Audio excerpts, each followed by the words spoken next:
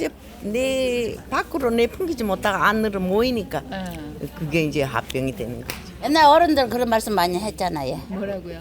합병 걸렸다. 합병 걸리면 소갈이 가슴앓이가 있다 이라시대. 우리 시어머님도 보시니까.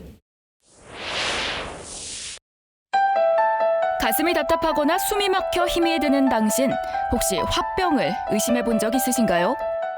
갑자기 칼을 꺼내가지고 오이 있다 아닙니까? 오이를 아주 자글자글 썰더라고요. 자글자글 알겠죠? 천천히. 그러니까 아저씨도 좀 소름 끼쳤다 하더라고요. 화병은 심각한 스트레스성 장애로 내 맘에 우라가 쌓여 진행된 한국인만의 질환입니다. 이게 이제 건의적이고 자기 표현을 잘 못하는 사람들한테 일어나는 증상들이 자기가 참고 말을 하지 못할 때 쉽게 발생하는 병이 화병입니다. 최근에는 과도한 스트레스로 인해 이 화병 증세를 호소하는 이들이 늘고 있는데요. 화병을 방치할 경우 우울증과 불안증, 고혈압으로 발전할 수 있기에 무엇보다 내 안에 억눌려 있는 화를 발산하는 것이 중요합니다.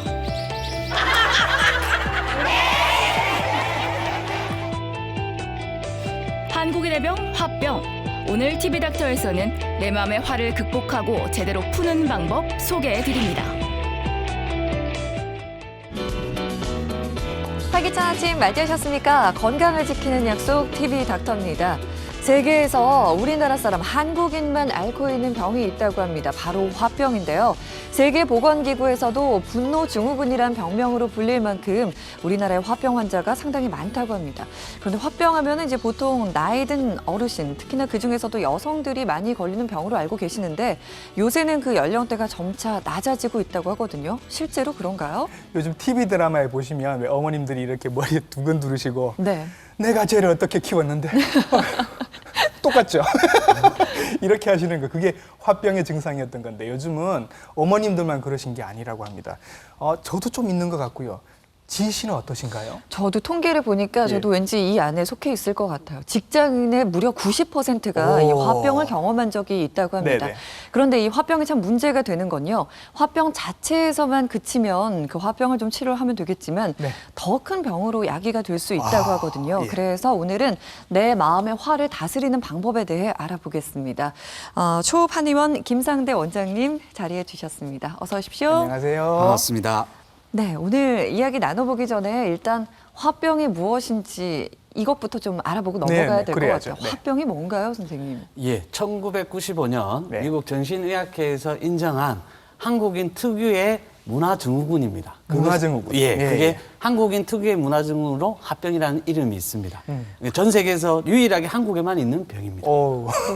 전 세계에서 유일하게만 예. 있는 병이 화병인데 네. 그중에서 우리는 지금까지 네. 나이든 이제 보통 어머님에게서만 어머님들만, 네. 나타난다고 생각을 했단 예. 말이에요. 그런데 연령대가 많이 낮아지고 있다고 하던데 실제로 그런가요? 기본적으로 40대, 50대, 60대가 대부분입니다. 제일 많죠. 네. 예. 근데 40, 50, 60대뿐만 아니라 기본적으로 10대, 20대, 30대도 많이 발생하고 있는 증가 추세를 보이고 있습니다. 예. 네. 그리고 심지어 70대 이상의 노인들에게도 오. 화병들이 발생하고 있습니다. 2004년에서 2007년까지 네. 통계 내용을 보시면 화병 환자들이 점점 증가하는 추세에 있습니다. 예. 네. 근데 이제 화병을 한국인 특유의 병이긴 합니다만 예. 이거를 스트레스라고 생각하시면 예. 이 접근도가 상당히 쉬워지실 겁니다. 그렇군요. 그만큼 지금 우리나라 사람들이 겪는 스트레스 지수가 상당히 높다는 생각이 드는데요. 네. 여기서 조금 더 그 주목이 가는 게 10대 환자들이 점점 증가하고 있는 그래프 모습 하하, 여러분 예. 보셨을 거예요. 10대 환자 진짜 그렇게 많은가요? 대부분 화병은 그 어머님들이나 아버님들의 병이라고 생각하실 겁니다. 네. 태어나면서부터 한 6살 때까지 친구들도 화병이 발생하게 됩니다. 왜냐하면 표현하지 못하지만 온도가 안 맞다든지 네. 습도가 안 맞다든지 속이 불편하다든지 아니면 잠을 깊게 못 잔다든지 하는 이런 행동들이 네. 기본적으로는 아기가 경기를 일으키게 되고 예. 열이 발생하게 되고 스트레스를 받아서 잠을 안 자게 되고 하는 행동들도 일종의 화병이라고 보시면 됩니다. 기본적인 욕구가 충족이 되지 않으니까 그게 스트레스로 돌아오는 거군요. 그렇죠. 그 이후에 한 6살부터 보통 한 12살 때까지 친구들은 대부분 친구들 사이 유치원을 간다든지 학교를 가게 됐는데 왕따를 당하게 된다든지 네. 아니면 선생님이 부모님하고 달리 너무 무섭게 대하시면서 예. 위축이 돼버린다든지 예. 이런 식으로 되다 보니까 친구들이 기본적으로 화병이 쌓이는 거죠. 스트레스가 쌓이게 되죠. 그렇다 보니 잠재되어 있던 틱이라든지 ADHD 증상이 그 스트레스 때문에 원인은 아니지만 증상이 발현되는 경우가 많습니다. 그래서 잠을 못 자고 꿈을 꾸고 심지어 목류병이 있는 친구들도 예. 생기게 되는 거죠. 예. 그렇군요. 한국인만의 문화병이라고 말씀을 해주셨어요. 지금 서양 사람들이랑 비교해서 말씀을 해주셨는데 그렇다고 서양 사람들처럼 막 그렇게 표현할 수 있는 환경은 아니거든요. 그렇죠. 문화 자체를 바꿀 수가 네. 없기 때문에 왜냐하면 우리나라에서 그렇게 얘기하면 예의 없다라는 소리를 듣잖아요. 그렇죠. 그렇기 때문에 화를 좀 잘 다스리는 방법을 알아야 될 것 같은데 네. 그렇다면 원인을 좀 먼저 알아봐야 될 것 같아요. 네, 이 화병이 아까 한국인 특유의 그 질병, 문화병인 것처럼 네. 동의보감에도 그대로 나와 있습니다. 그러니까 오지가 너무 지나치면 화가 된다. 오지라고 하면 기쁘고 슬프고 화나고 생각하고 두려운 이 감정이 너무 지나쳐도 화가 됩니다. 그리고 과로를 하게 돼도 네. 화가 발생을 합니다. 그러니까 요즘 직장인들이 과로를 하면서 그 감정을 제대로 조절을 하지 못하니 화에 화를 더하다 보니까 울화가 되는 거죠. 네. 그러다 보면 그 옛날 동의보감에서는 그 오지가 지나쳐서 화가 발생을 하면 마음을 평안하게 해야 된다, 심화를 다스려야 된다라고 표현이 되어 있습니다. 그러니까 이런 오지가 화가 되면 네. 심화를 평온하게 해야 되는데 그 심화를 평온하게 해야지만 기혈의 순환이 좋아지고 혈액 순환이 좋아지면서 화가 쌓이지 않게 되는 것이죠. 그렇게 해야 건강한 몸이 된다라고 동의보감에도 나와 있습니다. 그렇군요. 그러니까 결국은 이제 감정이든 아니면 행동이든 뭐든지 이렇게 과잉이 되게 되면 그게 화가 될 수 그렇죠. 있다라고 말씀을 하시는 것 같습니다. 근데 사실 생각해 보면 스트레스가 전혀 없는 상태를 한번 생각을 해보면 그것도 정말 지겹고 권태롭고 무기력해지는 거거든요. 그렇죠. 스트레스는 우리가 살면서 사실 꼭 필요한 거라고 생각을 하는데 그럼에도 문제가 되는 건 어떤 걸까요? 기본적인 스트레스는 그 삶의 활력소가 됩니다. 네. 왜냐하면 밥을 지을 때 불이 없으면 밥이 안 되지 않습니까? 그렇죠. 그러니까 밥을 지을 때 적당한 불을 해야지만 밥이 맛있게 되고 뜸을 들일 때 그게 충분하게 맛있는 밥이 됩니다. 네. 그러니까 적당한 스트레스는 삶의 활력소가 되는 거죠. 그런데 불이 너무 지나치면 밥이 어떻게 됩니까? 타죠. 타죠. 네. 그러니까 밥이 너무 화가 지나쳐 버려서 밥이 타버리게 되는 것이 저희들 속에서 말하는 애간장이 녹는다. 마음이 너무 떨린다. 이게 속이 녹는다. 불타오른다. 이런 감정들이 네. 밥을 태우는 행동이라고 생각하시면 됩니다. 예. 그런데 우리가 생각하는 것보다 이 화병의 범위가 상당히 넓다라는 생각이 네. 들거든요. 네. 앞서 그 어린아이들 이야기할 때 그냥 뭔가에 약간의 욕구 불만이라든지 사춘기 시기 아이들 같은 경우에는 그냥 질풍노도 시기이니까 당연히 그렇겠거니라고 생각하시는 분들 많이 계실 것 같아요. 그래서 내가 지금 앓고 있는 마음의 병이 과연 화병인지 아니면 그냥 단순히 작은 스트레스인지 구분하는 방법을 좀 알려주셔야 될 것 같아요. 네. 기본적으로 화면을 한번 보시죠. 네. 화병을 진단하는 기준이 있습니다. 첫 번째로 가슴이 답답함을 많이 느낍니다. 아, 두 번째로 네. 치밀어 오릅니다. 네. 이 증상을 기본적으로 가지고 있으면서 또 하나가 나는 억울하다, 너무 분하다. 그 남들하고 있어도 그런 느낌을 많이 받는 핵심적인 증상을 가지고 있으면서 네. 입이 마른다든지 예. 두통이 생긴다든지 어지럽다든지 가슴이 두근거리는 증상을 가지고 있을 때 그리고 그다음에 사소한 일에도 짜증이 나고 네. 삶이 재미가 없다든지 깜짝깜짝 잘 놀란다면 예. 기본적으로 화병을 가질 수 있는 진단 기준에 부합되는 거죠. 근데 이 증상들의 특징이 대부분은 예. 검사를 해도 안 나온다는 거죠. 그러니까 신체 증상만 느끼고 네. 환자만 자기가 느끼는 것뿐이지 기본적으로는 검사를 해도 나오지 않다 보니까 환자들이 답답해하는 그 경향이 굉장히 많습니다. 저도 지금 해보니까 기본적으로 여러 개가 나오거든요. 네. 그러니까 왜 만화에서 보면은 네. 그 만화에서 그 화났을 때 머리에서 김이 나잖아요. 그럼요. 그게 그냥 예. 화병의 어떻게 보면 표현이 표현이라고 있습니다. 맞습니다. 볼 수 있군요. 예, 예. 네, 실제로 이렇게 머리에 병원에 오시는 네. 분들도 저런 증상으로 오시는 분들이 굉장히 많고 네. 이제 뭐 신체 여러 가지 증상으로 나타나니까 이제 검사를 다 해봐요. 엑스레이도 찍어보고 초음파도 해보고 피검사도 해보고 하는데 별 문제가 거의 다 맞아요. 없거든요. 원인이 없는 그래서 경우가 뭐 상당히 많다고 건강 하더라고요. 염려증인 경우도 있고 네. 정신적인 문제인 경우도 많은데 그래서 이거 정신적인 문제인 것 같습니다라고 말씀을 드리면 안 믿으세요. 나는 분명히 몸에 문제가 있을 것이다 하고 또 다른 병원에 가서 또 검사를 하시는 건 거예요. 네. 그렇게 해서 이제 건강 염려증이 돼서 쭉 병원 쇼핑을 하고 다니시는 분들이 생각보다 굉장히 많으세요. 네, 그래서 저희가 실제 화면으로 사례자를 모셔봤습니다. 네. 함께 만나보시죠. 부산에 사는 김미정 씨는 하루를 나는 것이 무척 힘들다. 아이가 생기자 잘 다니던 직장에서 퇴사를 강요받은 그녀. 육아와 일을 병행해야 하는 이중 스트레스에 시달리고 있다. 김미정 씨는 현재 화병으로 인해 우울증을 앓고 있는 상황. 현재는 산후 우울증까지 겹쳐 아이마저 돌보기 귀찮고 아무것도 하기 싫은 무기력한 상태에 이르렀다. 심할 때는 그러니까 한 번은 어떤 적이 있었냐면은 우울증이 있는데 아저씨가 좀 이렇게 좀 배려도 좀 해주셔야 되는데 전혀 배려하지 않으니까 이렇게 언쟁이 있었거든요. 이렇게 언쟁이 있었는데 이렇게 아저씨가 어쩌지 하다가 발을 좀 찼거든요. 그러니까 그 순간에 좀 이렇게 좀 정신병자 같은 이상한 행동을 하기 시작하는 거예요. 제가 갑자기 칼을 꺼내가지고 오이 있다 아닙니까? 오이를 아주 자글자글 썰더라고요. 지금 생각하면 별거 아니었는데 제가 그때는 막 이렇게 신경이 예민해 있던 상태여서 그랬는지는 모르겠지만 자근자근 알겠죠. 천천히. 그러니까 아저씨도 좀 소름이 끼쳤다 하더라고요. 솔직하게 고민을 털어놓고 싶지만 이마저도 소심한 성격 탓에 망설이기 일쑤였던 김미정 씨. 겉으로 표현하지 못하고 화를 꾹꾹 참아왔던 그녀는 결국 화병으로 인한 우울증을 갖게 됐다. 직장 퇴사, 산후 우울증, 육아 스트레스까지 겹쳐 자살 충동을 느꼈던 김미정 씨는 현재는 자신의 마음을 다스리지 못해 아이를 돌보는 것조차 힘든 상황에 놓여 있다. 잘 먹지도 못하고 이렇게 일 다니면 아침도 굶고 점심 때도 이제 먹을 때도 있고 못 먹을 때도 있고 그러거든요.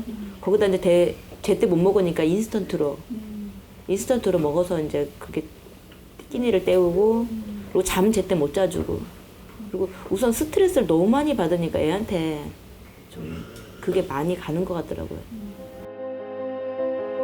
심리적으로 압박을 받으니 생활 자체가 엉망이 돼버린 그녀는 제때 끼니를 챙기지 못하는 건 물론 애꿎은 아이에게 그 화가 이어진다.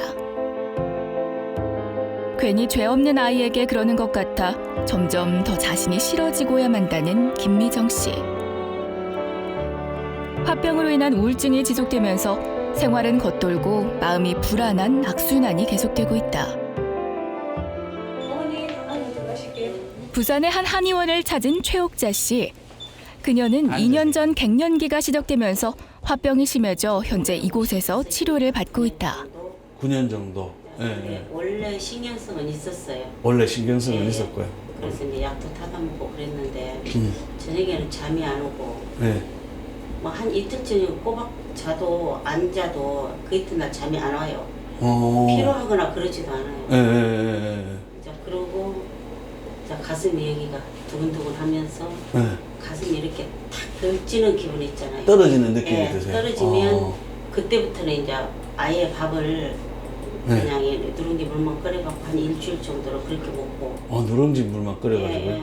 먹고 일어나도 그걸 먹고 해도 자꾸 이제 깨어나지가 않는 상태로 계속 자다가 그래. 계속 깨니까 몸부림을 치고 깨니까 이제 열이 일단 갱년기 증상과 함께 식욕마저 잃은 최옥자 씨. 그녀는 화병으로 인한 불면증과 부종을 앓고 있다. 어지럽거나 이러시진 않으셨어요? 불안함에 2, 3일 잠들지 않아도 이상이 없다는 그녀는 현재 소화 장애까지 함께 왔다.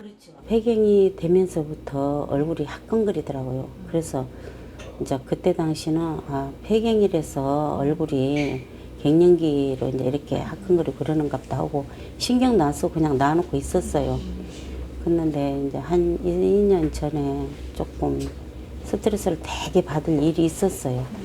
근데 그 뒤에부터는 얼굴이 막 부으면서 잠을 아예 못 자고 밥을 한 숟가락만 먹어도 계속 소화가 안 되니까 하루에 한 3번씩은 소화제를 먹었어요. 손톱을 계속 따고. 저희들 쪽 용어로는 화병이신데 갱년기 증상과 함께 화병이 같이 오셔가지고 증상이 이제 극렬하게 심해지신 거죠. 심하실 때는 어느 정도까지셨어요? 이게 거의 한 3, 4일을 못 주무셔도 불편하지 않을 정도고 위로 열이 오르셔서 아무것도 생활을 못 하시는 너무 따가워서 얼굴 자체가 너무 힘드시고 음식 자체도 아예 못 드시는 상태까지 가셨죠. 그 이후로 꾸준한 치료와 심리 상담을 통해 화병으로 인한 부종과 불면증이 많이 개선돼 가고 있다.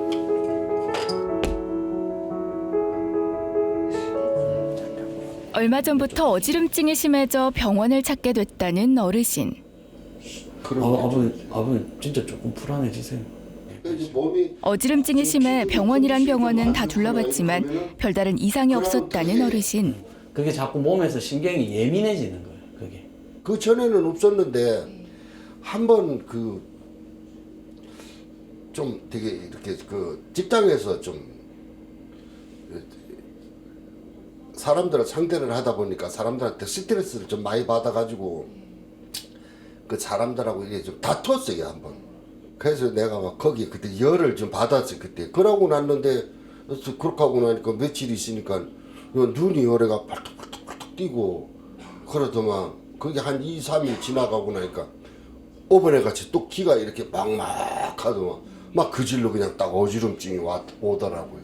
아침에 눈을 뜨니까 6시인데 눈 뜨자마자 막 어지러워 갖고 앉지도 못하고 서지도 못하고 그냥 엎어져 있었어요. 뭐 보통 어지러운 게 아니에요. 이거는 참 안 어지러운 사람은 그거 몰라요. 그래가지고 뭐 집사람이 할 수 없으니까 뭐 이제 119 전화를 하니까 119에서 왔대요. 와갖고 그래 이제 그거 실려갖고 이제 뭐 퇴원하라는 거예요. 퇴원하라는 말씀은 더 이상 그 예. 증상이 없다는 말씀일까요? 예, 그래 퇴원하라고 그래서 뭐 퇴원했어요. 그러고 왔는데도 계속 어지럼증이 계속 그렇게 어지러운데 한 번씩 그러다 또 괜찮다가 한 번씩 딱 이렇게 증세가 발작을 하면은 이건 뭐 보통 어지러운 게 아니에요. 그 어지러운 거 느껴보지 않은 사람은 몰라요. 그러면 그렇게 어지러우면 막 속이 불안하면서 막 이러면은 막 울렁거리지고 그러면 밥맛도 없고 아주 뭐 그냥 참말로 막 차라리 죽는 게 나세요. 이처럼 스트레스로 인해 시민성 질환의 경우 몸에서는 이상이 없지만 환자가 그 고통을 느낀다는 것이 문제가 되고 있는 실정이다. 결국 불안하고 두근거리고 하는 그런 것들이 그런 걸로. 네, 지금 화면에서 보신 것처럼 원인도 참 다양하지만 나타나는 증상도 제각각이란 생각을 하셨을 거예요. 마지막 분 같은 경우는 원인이 없다는 거에서 더 많은 스트레스를 받지 않을까라는 생각이 드는데요. 네. 보통 이 화병 환자들에게서는 어떤 증상이 나타나게 되나요? 예, 화면을 한번 보시면 기본적으로 화병 환자들이 다 정신과 질환만 있다고 생각을 하십니다. 네. 기본적으로 우울증이라든지 불면증이라든지 공황장애라든지 이런 증상이 있다고 생각하지만 기본적으로 근골격계 질환도 있을 수 있습니다. 스트레스를 너무 많이 받다 보면 염증이 발생하다 보니까 루마티스 관절염이 더 심해지게 되는 거죠. 그다음에 순환기 질환으로 신경성 고혈압이 발생을 한다든지 협심증 증상을 보이게 되는 거죠. 네. 소화기 질환으로는 역류성 식도염 증상을 가장 많이 보이게 되고요. 아, 그래요? 예. 그다음에 호흡기 질환으로는 스트레스를 받으면서 천식이 온다든지 폐렴이 온다든지 이런 염증이 더 심해지는 증상으로 발생하게 되고 내분비 질환으로는 특히 당뇨가 많이 먹고 단 걸 많이 먹어서 오는 질환이 당뇨가 아니고 요즘 같은 시대에는 스트레스 때문에 오는 질환이 당뇨라고 생각을 하시면 될 겁니다. 그 두 번째 어머님 같은 경우 있잖아요. 예. 보통 그 폐경기 즈음에서 나타나는 현상이 있잖아요. 뭐 예를 들어서 얼굴이 화끈거린다든지 가슴이 좀 두근거린다든지 이런 걸 그냥 폐경기 증상이라고 생각을 하지 사실 화병이라고 생각하기는 쉽지 않을 것 같거든요. 그렇죠. 기본적으로 갱년기가 되면 네. 안면 홍조가 온다든지 얼굴이 술 먹은 사람들은 뻘개진다든지 네. 아니면 잠을 못 잔다든지 네. 그다음에 땀을 너무 많이 흘린다든지 심지어는 이제 너무 피곤해가지고 어떻게 할 수가 없다든지 아니면 불면이 온다든지 골다공증이 심해지는 증상이 갱년기 증후군입니다. 근데 그 증후군에 기본적으로 남편이 속을 썩인다든지 아들이 속을 썩인다든지 아니면 진짜 돈을 떼었다든지 이런 식으로 돼버리면 화병이 겹쳐오잖아요. 그러면 체력이 떨어지는 상황에서 그런 스트레스를 받게 되다 보니까 이 증상들이 너무 심하게 되는 거죠. 그런데 기본적인 갱년기 증상을 살짝 앓고 넘어가시는 분도 있죠. 그런 분들은 정말 호르몬 대사 때문에 문제가 오신 거니까 넘어가지만 화병이 더해져 버리면 이게 너무 애간장을 녹이는 행동이 되다 보니까 오장육부가 기능을 못하게 되죠. 모든 곳으로 다 발산이 되는 거고요. 그렇죠. 그게. 그러다 보니까 이 사람들이 너무 쉽게 짜증을 내고 불안해지고 건강이 염려되는 거죠. 내가 이러다 죽는 게 아닐까? 내가 이러다 어떻게 되는 거 아닐까? 그러니까 너무 감정 기복도 심하게 되니까 가족들이 이 사람들이 왜 이러지? 얘가 왜 이러냐? 갱년기면 그냥 이렇게 넘어가지 왜 이러냐라고 이제 당황스러워 하는데 네. 그때 이 사람이 화병이 있을 수 있구나라고 이해를 하셔야 되고 갱년기 장애 환자가 한 5년이 지났는데도 이 증상이 계속 지속적으로 있다면 네. 화병 때문에 이 갱년기 증상이 심해졌구나라고 이해를 하셔야 됩니다. 그렇게 오랫동안 앓는 분들도 계시는군요. 심지어 10년을 앓고 계신 분이 있죠. 아, 그래요? 네, 10년 이상을 앓고. 그 사례자분도 결국은 지금 이 병이 발생한 지가 거의 9년째 저한테 오신 거거든요. 아, 네. 네, 심지어는 수면제도 드시고 그 호르몬제도 드셨어요. 그런데도 드실 때는 좀 덜 하다가 다시 계속 반복적으로 오고 심지어 음식을 못 드시고 3일을 안 자도 피곤한지도 모르고 생활을 하신 거예요. 그러다 보니 얼굴이 화끈거리고 그러다가 어머니가 저한테 처음 오셔서 하셨단 말이에요. 이대로 그냥 살다 죽어야 되나요? 라고까지 표현을 하시더라고요. 그 정도로 고통스러우셨군요. 네, 고통스러우셔가지고. 네. 그런 부분이 어머니한테 갱년기도 왔지만 화병 때문에 어머니 이게 심해진 거니까 마음을 놓으시고 근데 이 갱년기가 왔는데 어머니 우울증이 와서 이게 심해진 거예요라고 하면 어머니 나가세요. 그러니까 화병이라고 생각하시고 접근을 하셔서 이야기를 하니까 어머님도 이해를 하시더라고요. 아, 그러시군요. 아까 우리 화면에서 또 그 아버님 한 분 나오셨는데 네. 그분은 이렇게 어지러움 증상을 말씀하시면서 이렇게 귀에서 무슨 소리도 좀 들리고 그런 네. 말씀을 하셔서 만약에 저분이 나한테 오셨다면 내가 어떻게 했을까를 생각을 해보니까 저는 일단 귀 검사부터 먼저 하고 네. 전정기관 네. 평형을 잡는 그 기관부터 먼저 검사를 하고 그다음에 뇌를 한번 검사를 해봤을 맞습니다. 것 같거든요. 네. 네. 근데 저분의 주 문제는 그게 아니라 화병이었다라는 거잖아요. 그렇죠. 예. 그 아버님 사례 같은 경우에는 어지러워서 오셨습니다. 그럼 어지러우면 우리 각 선생님 말대로 기본적으로 귀의 문제를 본다든지 뇌의 문제를 먼저 보게 되죠. 그러니까 네. 병원에서 그런 검사를 하게 됐는데 이상이 없으니까 퇴원을 시킨 거죠.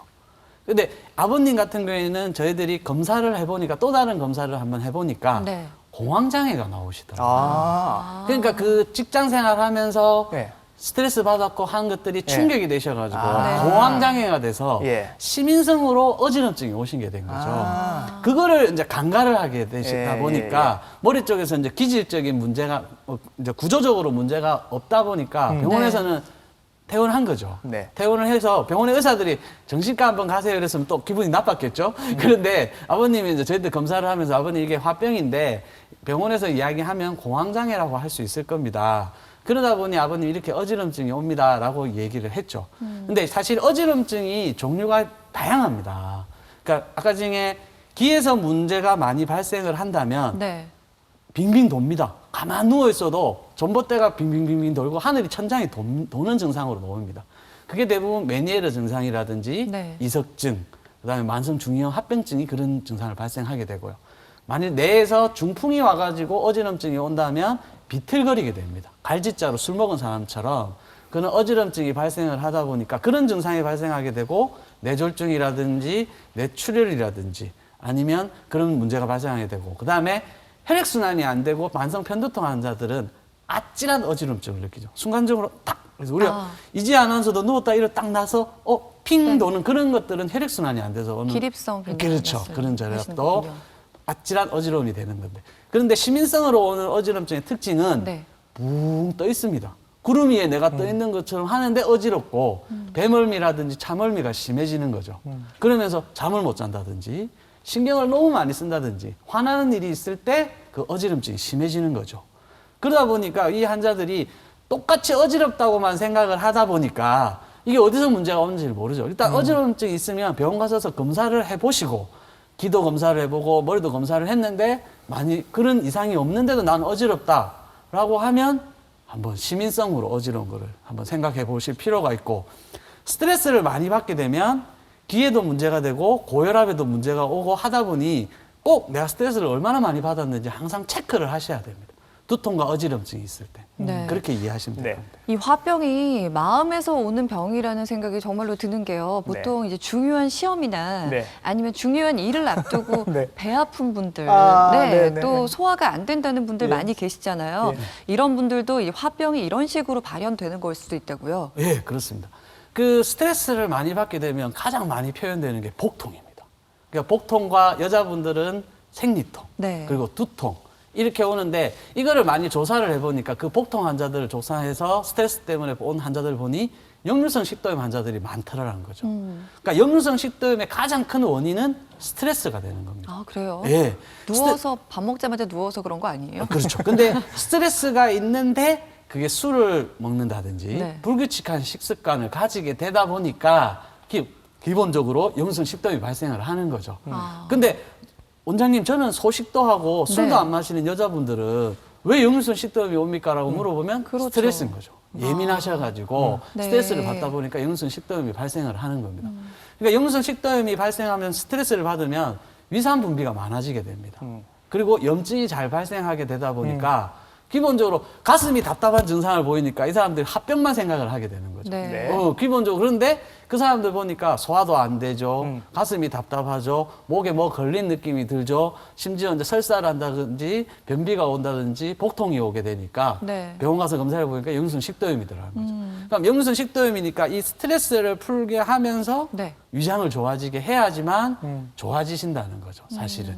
일시적으로 좀 좋아지게 할 수 있는 방법은 없나요? 어떤 혈자리 같은 걸 눌러가지고. 기본적으로 스트레스를 받아서 오는 역류성 식도염 환자들은 네. 자, 가슴을 한번 보시죠. 우리가 네. 가슴, 양 가슴에 좀 표현 그렇지만 젖꼭지 사이에 네. 전중혈이라는 자리가 있습니다. 예. 이지 아나운서도 스트레스를 받는지 한번 보실까요? 네. 네. 그러니까 가슴 한 가운데라고 생각하시면 그렇죠. 돼요. 한가운데서 위아래에 네. 한번 눌러 보십시오. 이렇게. 네. 그래서 다른 부위와 달리 유독 아프다. 예. 유독 부위 전중혈이 아프다. 이러면 내가 우라가 차였구나. 아. 기본적으로 이 우라가 차여서 기본적으로 있구나. 그러면 이걸 평상시에도 여기에 문제가 있으면 자꾸 네. 풀어줘야 됩니다. 아. 이렇게 만져주고 네. 비벼주시는 행동을 하는 거죠. 한의원에 오시면 여기에 침을 놓는다든지 부항을 뜨는 자리가 되는 거죠. 네, 그렇게 되면 환자들이 제대로 이제 되면 뚱 뚫리는 느낌이 나는 네. 거죠. 그런데 아까 식생활에서 문제가 오는 역류성 식도염 환자들은 네. 배꼽 바로 위가 위장입니다. 그 부분을 누르면 통증이 오게 되는 거죠. 예. 그러니까 누워서 배꼽 위를 눌러보고 네. 가슴을 한번 눌러보고 네. 어느 쪽이 더 문제가 큰지 보고 위쪽이 심하면 내가 스트레스로 왔구나. 네. 밑에 쪽에서 문제가 왔으면 식생활에서 문제가 왔구나 라고 판단을 하셔서 자, 밑에가 더 아프시면 일단 술을 줄여야겠죠. 네. 위에가 아프면 놀러를 가셔야겠죠. 그러니까 역류성 식도염을 치료하는 방식도 그런 식으로 달라지는 거죠. 예. 아, 그렇군요. 네. 지금 아마 화면 보시는 분들도 다 어딘가 지금 이렇게 해보고 계실 텐데, 그럼 이렇게 눌러서 아프면 그걸로 진단을 하는 거고, 그렇죠. 예, 이렇게 계속 만져주는 게 치료도 같이 된다는 그렇죠. 말씀을 진단과 하시는 치료가 거예요. 같이 되는 부위예요. 좋네요. 일단 작은 생활부터 한번 해보시죠. 일단 우리 이진희 아나운서와 가 선생님이 예. 네. 자, 제가 하는 걸 한번 따라 한번 그렇죠. 해보시죠. 네. 손날치기라는 게 있습니다. 손날치기. 자, 이 부분 이 왼쪽 편에 이 네. 후계열 자리, 이 손날 부분이 네.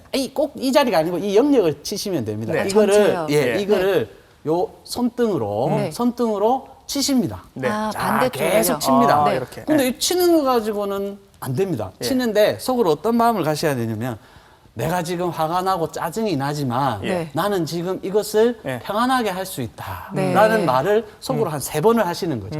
3번을 하면서 이걸 계속 치십니다. 네. 그러면 신경 안정을 주고 분산을 시키는 행동이 됩니다. 부장님을 용서합니다. 뭐 이런 거. 그렇죠. 부장님을 용서하십니다. 내가 이거 화가 나지만 이거를 평안하게 할 수 있습니다. 라고 하는데 네. 사람이 한쪽만 하면 안 됩니다. 네. 그렇죠. 반대쪽도 해주셔가지고 과장님도 용서합니다. 그렇죠. 그렇게 해서 네. 이렇게 쳐주시는 게 네. 굉장히 좋은 방법이 일상생활에서 TV를 보시면서도 네. 지금 어머님들이나 아버님들도 딱딱딱딱 치시면서 속으로 나는 내가 지금 화가 나고 있지만 TV에 나오는 김 원장이 지금 보기 싫지만 하지만 이걸 컨트롤할 수 있다, 조절할 수 있다라는 생각으로 계속 치시면서 보시면 우라가 풀린다는 거죠. 아니 근데 이렇게 하면서 텔레비전 보고 계시면 집에 있는 가족들이 굉장히 긴장할 것 같아요. 우리 옆에서 엄마 하고 있으면? 화났구나. 우리 아빠 화났구나. 만약 이걸 아내가 하고 있으면 화가 나 있구나라고 생각하시고 남편분들이 빨리 반응을 하셔야죠. 조심해야 되겠네요. 예, 자고 빨리 옆에서 자고 있다가 눈치를 딱 채고 벌떡 일어나서 일어나셔야죠. 오늘 점심 때 맛있는 거 먹으러 가자. 아니면 놀러 가자 이렇게 이야기를 하셔야죠. 아내분이 이걸 하고 있는데. 네. 자, 이거를 했는데도 예. 안 풀린다. 이걸 했는데도 마음이 진정이 안 된다라고 다음 단계도 하시면 있어요? 예. 네. 자, 손목에서 네. 대부분 한 3손가락 아래 부분에 예. 한 가운데 보면 움푹 들어간 부위가 있습니다. 네. 예. 이 부위가 내간이라고 하는 혈자리입니다. 아, 예. 근데 우리 화병 증상이 일어나면 침이 오르고 열이 오르고 가슴이 답답해집니다. 네. 근데 이 내간 혈자리를 누르시면 예. 뻥 뚫리십니다. 갑자기요? 그래요? 예, 계속 지속적으로 잘 하시면 네. 딱 뚫리는 느낌이 나세요. 그리고 열도 싹 내려가세요. 예. 그러니까 이 자리를 누르시면 네. 이 자리를 눌러서 아프셔도 아까 전중혈 누르듯이 아프신 것처럼 네. 문제가 있는 겁니다. 아. 근데 이 자리가 너무 아파서 못 견디겠으면 네. 두드려 주셔도 됩니다. 예. 이렇게 두드려 주셔도. 그 진짜 예, 화가 예. 많이 쌓이신 분은 이렇게 누르는 것만으로도 굉장히 통증이 상당하시군요. 그렇죠. 그러다 보니까 이 부분을 풀어주시면 가슴 답답함이 치밀어 오르는 증상이 많이 내려가게 되는 거죠. 예. 그러니까 일단은 먼저 손날치기로 두드려 보시고 아 이제 이게 내려간다 예. 안 내려가는 것 같다 그럼 가슴이 예. 답답해진다라고 하시면 이 부분을 눌러가지고 네. 계속 지속적으로 누르고 있어서 하셔야 되는데 왼쪽 오른쪽 차이가 나실 겁니다. 예. 아, 그러니까 그 차이가 나는 부위에 더 통증이 있는 부위에 더 지속적으로 예. 네. 3분 이상 예. 누르고 계시면 효과를 보실 선생님 겁니다. 이걸로도 지금 안 되는데 뭐 먹으면서 할 수 있는 건 없어요? 제가 지금 수십 년이 쌓여서 그런가 봐요. 이걸로 안 돼요. 국화차를 드시면 굉장히 효과가 좋습니다. 도움돼요? 예. 아. 그게 머리를 맑게 하고 네. 어지럽게 하지 않고 하는 걸 막아주면서 네. 네. 열을 내려주는 작용이 있습니다. 예. 그래서 국화차를 달여가지고 차로 예. 많이 드시면 예. 그러니까 요즘 사람들이 커피를 굉장히 많이 드시지 않습니까? 네네. 사실 그런데 우라가 찬 사람들은 커피를 많이 마시게 되면 심장 박동이 빨라집니다. 빨라지겠죠. 그래서 네. 더 두근거린다든지 잠이 안 오는 행동이 있을 수 있습니다. 예. 그러다 네. 보니까 우리 허브차 중에 하나인 국화차, 노란 국화차를 예. 꼭 노란 국화차를 드셔야 됩니다. 예. 국화차를 드시면 굉장히 효과가 뛰어나서 머리도 두통도 없어지고 어지럼증도 많이 완화가 되실 겁니다. 네, 지금까지 집에서 간단하게 화를 다스리는 방법에 대해서 알아봤습니다. 저희가 화면으로 조금 더 자세한 내용 모아봤거든요. 함께 만나보시죠. 화를 치유하고 잃어버린 마음의 평안을 찾을 수 있도록 돕는 명상. 이런 명상이나 종교를 통해 나 자신을 멀리서 바라보고 둘러보는 시간을 가진다면 그동안의 내 안에 쌓인 화를 또 마음을 비우는 시간이 되지 않을까요? 화병을 해결하는 두 번째 방법은 자연과 더불어 교감하는 생활을 가져보는 겁니다. 바쁜 일상에서 벗어나 여유를 느껴보는 삶. 그 자체만으로도 힐링이 되죠. 천천히 즐기는 차 한 잔은 스트레스 해소에 도움이 된다는 거 알고 계신가요? 전통차는 또 이제 여유가 있어서 좋아요. 그러니까 마음의 안정은 된다는 그런 건 좀 느껴지더라고요. 마음이 안정되고 일단 마음이 안정되고 속이 편안하고 기분도 좋아지고 예, 그래서 건강 이걸 마시면 내 몸이 좋아진다는 그 느낌 그래서 옵니다. 이번에는 화병 예방에 도움이 되는 우리 전통차들을 소개해드릴게요. 육계, 사인, 정향, 진피가 들어가는 어방갈수는 혈압을 낮추는 데 탁월한 효과를 가진 전통음료로 양리 효과가 아주 좋습니다. 자소엽을 주재료로 한 자소갈수는 향기가 아주 좋은 전통음료인데요. 불면증, 신경 안정에도 효능이 있고 가슴에 있는 담과 기운을 내려가게 도와줍니다. 도라지는 가슴이 답답하고 시원하지 못할 때 마시면 폐의 기가 원활하게 소통돼 증상을 완화시키는 역할을 하는데요. 유념하셨다가 우리 전통차, 여러분도 꼭 한번 즐겨보시면 좋겠습니다. 네, 반갑습니다. 웃음꽃이 피는 이곳은 어디일까요? 바로 스트레스가 많이 쌓인 우리 어머님, 아버님들을 대상으로 웃음 치료를 하고 있는 현장입니다.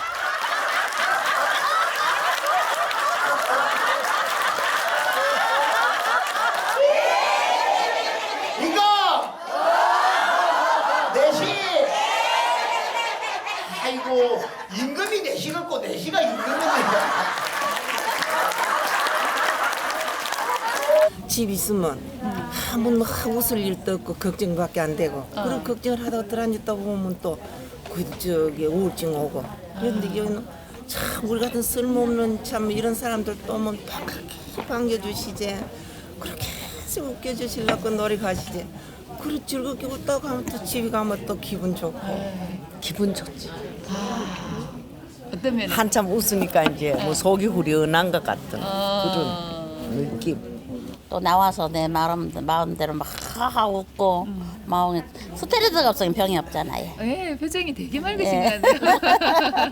우리 저 어머님들이 요새 이제 조금 이렇게 있으신 분들은 정말 이렇게 화병이나 우울증들이 이런 것들이 자주 이제 많이들 오시거든요. 스트레스를 푸는 한 방법, 그 방법이 바로 이 웃음입니다. 그러니까 박장대소라고 하거든요. 그러니까 그 박장대소라 이렇게 웃으면서 웃으면서 이제 날려버리는 것이죠. 긍정적인 마음과 태도가 중요한 이유는 신체 면역 체계를 강화하고 질병에 맞서 싸우는 능력을 길러주기 때문인데요. 우울증은 물론 스트레스 호르몬 수치도 낮춰준다고 하니 여러분도 오늘부터 함께 웃어보아요. 자, 여러분 우리 같이 한번 크게 웃어보겠습니다.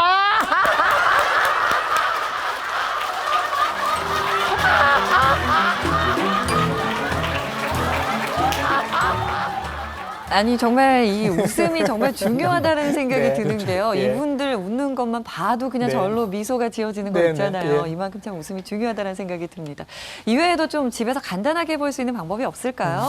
그 행복해서 웃는 게 아니고요. 네. 웃어서 행복해지는 겁니다. 그렇죠. 예, 웃음도 전염이 됩니다. 항상 웃으시고 즐겁게 생활하시는 마음으로 가지셔야 행복해지십니다. 그 명상하는 데 보니까 외국 사람들이 서양인들도 꽤 보이던데 아마 모르긴 모르지만 그 서양인들도 화병이 많지 않을까 저 생각을 좀 들고요. 예. 그리고 지금 말씀해 주신 여러 가지 좋은 방법들 뭐 호흡법들, 명상, 그다음 웃음 뭐 이렇게 막 치고 이렇게 막 하는 것 다 해봤는데도 만약에 아직도 화병이 풀린 것 같지 않다.